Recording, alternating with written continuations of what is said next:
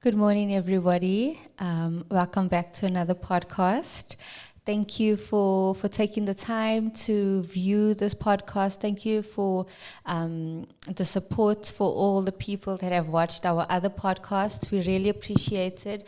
I think this is just a fun way for Matlal Group to get some knowledge out there, just to talk on a few topics that really interest us within the business. We are a South African tech company and we love tech. We're passionate about tech as well as youth development. So we do these podcasts with the people within our team so that we can give them a chance to share with the world what is in their minds, the thoughts that they have, and also just to talk on topics that are very important within the tech industry. So today we are going to be having a very light-hearted conversation around generative AI, Gen AI as it's well known in the industry, or not even limited to the IT industry. I think it's become a term that is now very popular amongst everybody. You know, everybody has their different ways of using Gen AI, whether it's in their personal lives or at work to increase productivity and so forth. So just a disclaimer before we get into it, we are not Gen AI gurus.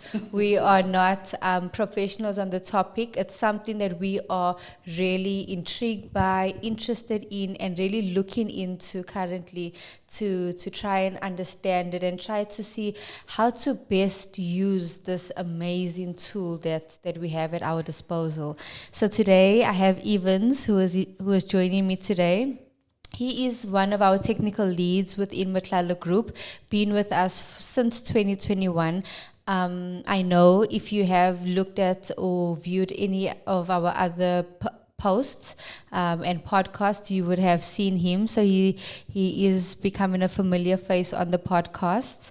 I don't want people to think he's my favorite. He's just I can bully him into getting in front of the camera and chatting to me. So maybe Evans, I don't think there's a need for an introduction or anything, but let's just dive straight into it. What is your understanding of generative AI and what does that look like to you? Generative AI, if I can put it in simple terms, is like a search engine when you go to Google and say, what is a picture of someone in America who's doing whatsoever, then it searches and it gives you the answer. But in generative AI, it's interactive and it has the machine learning, automation, and all of the newest technologies built inside it. So you prompt it, then it gives you an answer based on what you are prompting it to do. So it makes a lot of things simpler. It's not going to take away the human element from everything, but it's sort of give the human an advantage to finish stuff quicker and more simpler, because even a code now, you can generate a code to write an HTML or a Python script real quick without you going in and check everything, but you still need to put in some effort and work to it. I like what you touched on there, where you say that there's still a human element that is required. I think that is one of the concerns when it comes to Gen AI or ML in general. People think it's these robots that will come and eventually take over our jobs. But it's so important to understand that these are tools to be used to enhance what we do as humans. There are certain things that need human intervention. There are certain things that need to be reviewed and make sure that all is in line and exactly the image or messaging that you would like to portray. You know, so you speak about putting in a prompt. So it goes back to the old rule that goes to say what you put in, you get out. So rubbish in, rubbish out. So giving the right prompt to the tool is very important on what is generated. I've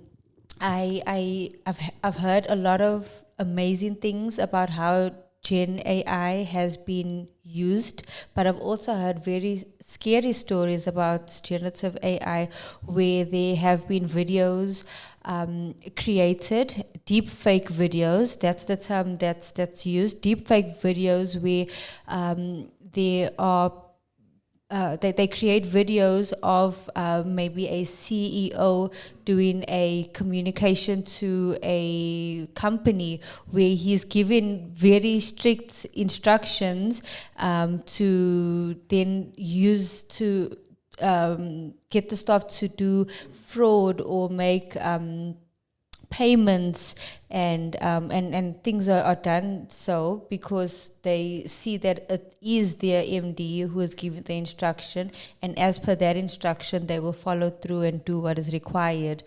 I heard an issue of there was the executive team on a virtual meeting. I don't know what platform, but on a virtual meeting, and everything that came from the voice of the CEO was completely matching to what he would usually say, the gestures that he would make and the words that he would use.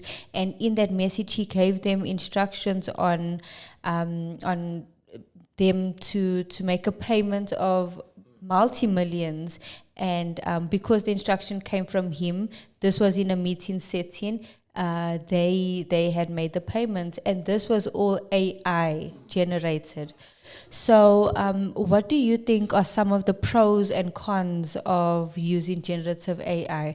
Let's start with in the workplace, and then we'll look at the personal aspects of it. Okay, so one thing that we all know is that computers, they don't know anything. It's us humans that teach a computer what to do. So each and everything that a computer does, there is someone who already put in the weight and say, if someone say do this, you must do this, because they are zeros and ones. But we are the ones who are giving it the data and everything. So as it is a machine learning model, it can look at Talia as a person. How does Talia behaves? How does Talia dresses? How does Talia articulate herself? Then if I want to create Talia, I can create Talia with that thing. So one thing a person must know that as these tools are created, they are created for us to create a better life and promote ourselves in gaining more knowledge into many stuff. But people then misuse it and they try to prompt it for something that is illegal or might be malicious. What you need to know is that when you use a generative AI, machine learning, artificial intelligence, you must do it on a way where it can better life and make things easy, not in a malicious way.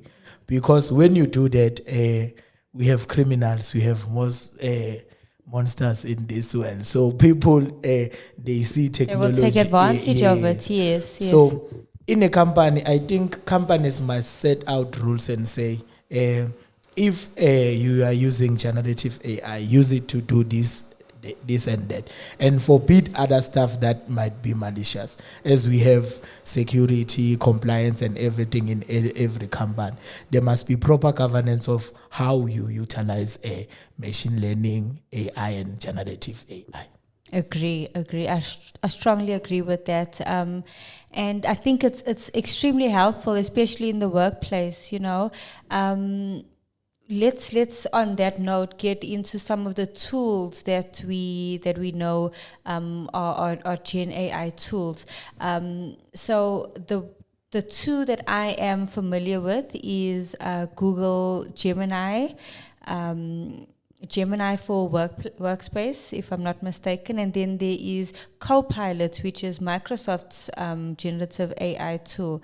I have done some research on Gemini as well as Copilot, and the uses and the examples and the use cases that I've seen are mind blowing, absolutely mind blowing. And I think that if utilized in the right way, these tools can really help with productivity in the office, and also getting rid of the mundane tasks that come with work, you know. So things that are very repetitive, things that don't need much of much knowledge to be able to do. Let's do those things using Gen I so that we can focus on the important, exciting, creative things that we like. Have you had any interaction with any Gen AI tools, whether it's Gemini, Copilot, or any other tool that we may be in the market?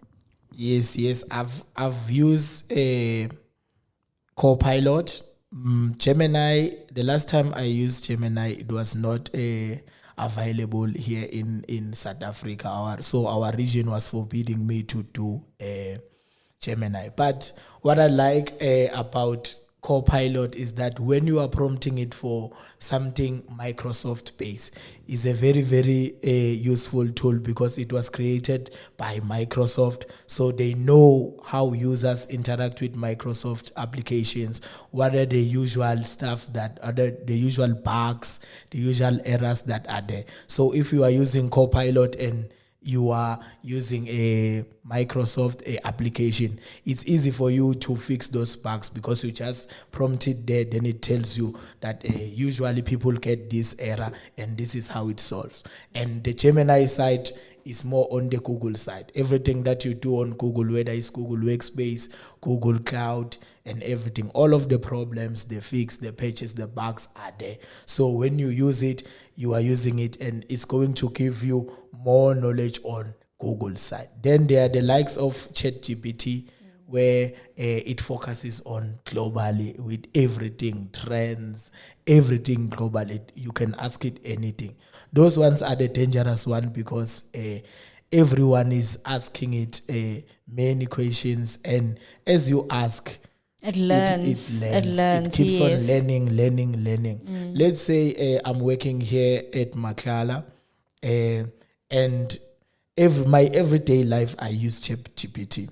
So it means now ChatGPT or OpenAI, they know how Matlala operates. They know what is Evan's day-to-day job, what is Lucas' day-to-day job. So anyone that will want to harm or hack Matlala, it's easy. They will ask there because it has knowledge based on how your other people interaction. work. Yes. Then Yes. it learned and it will tell them that they are most likely to do this and this and that. So it's easy for them.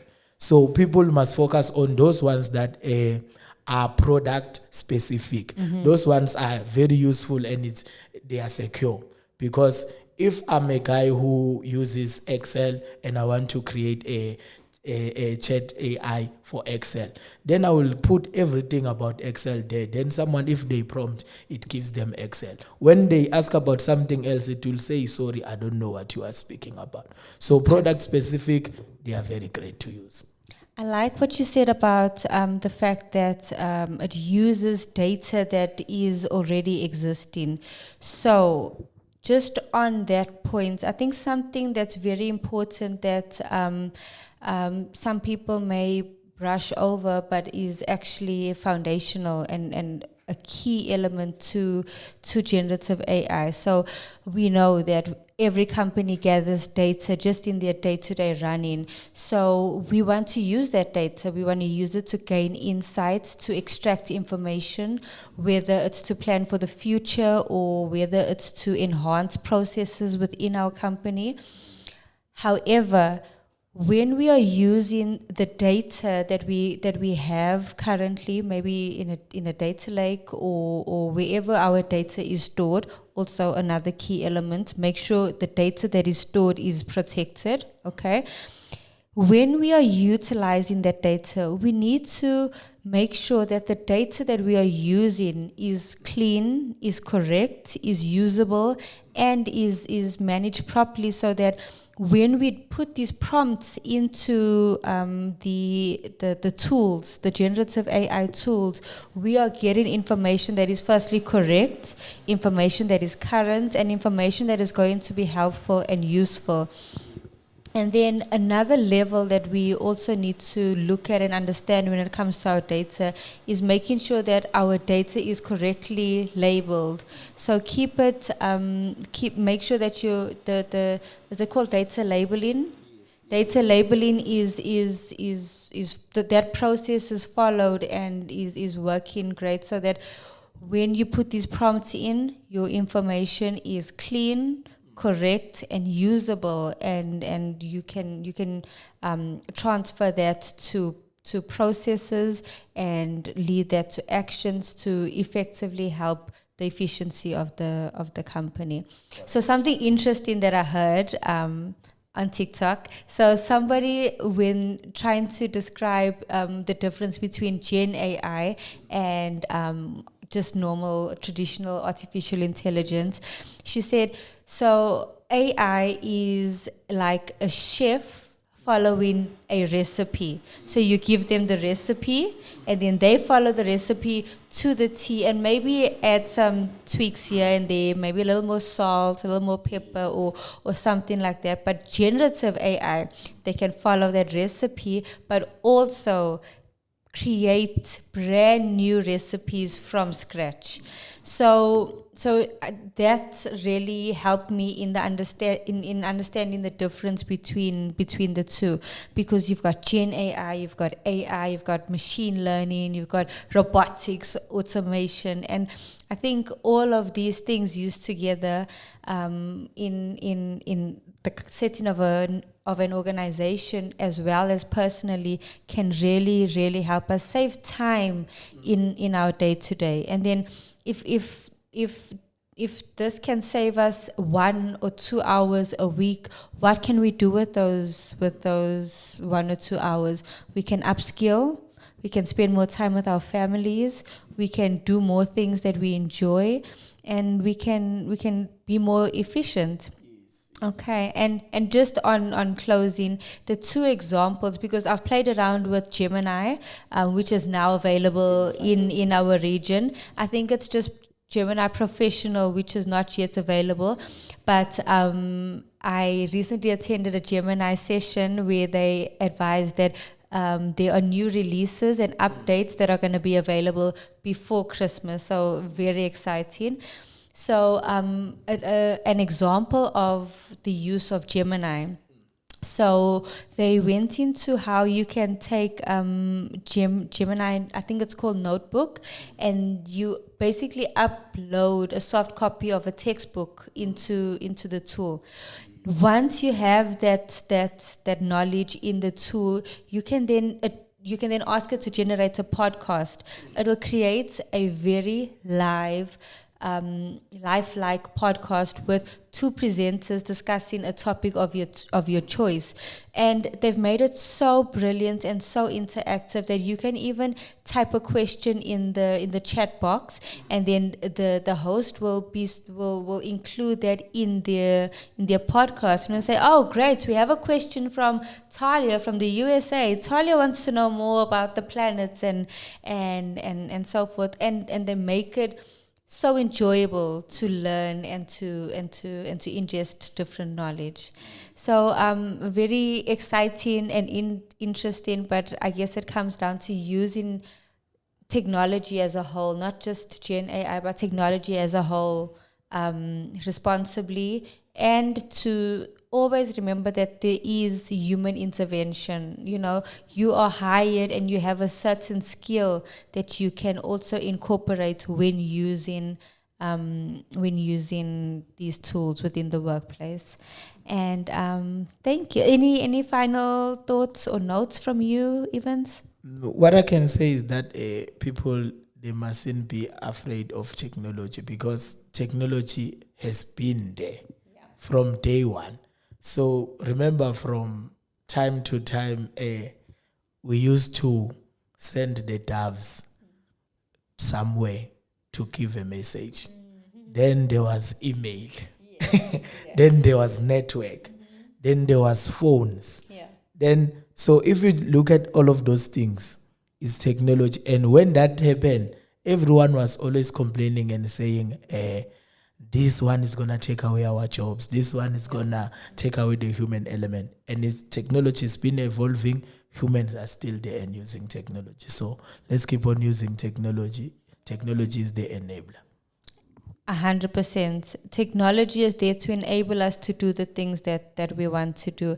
And just on that note, I think that we can get more confidence in using the technology by learning more and just keeping abreast with not deep technical aspects. Like, we don't need to learn about the large language models that make up AI and so forth, but just getting an understanding of the tech, and so that we can use it and be more comfortable with it. Okay, thank you, Evans. I really appreciate it. Thank you too.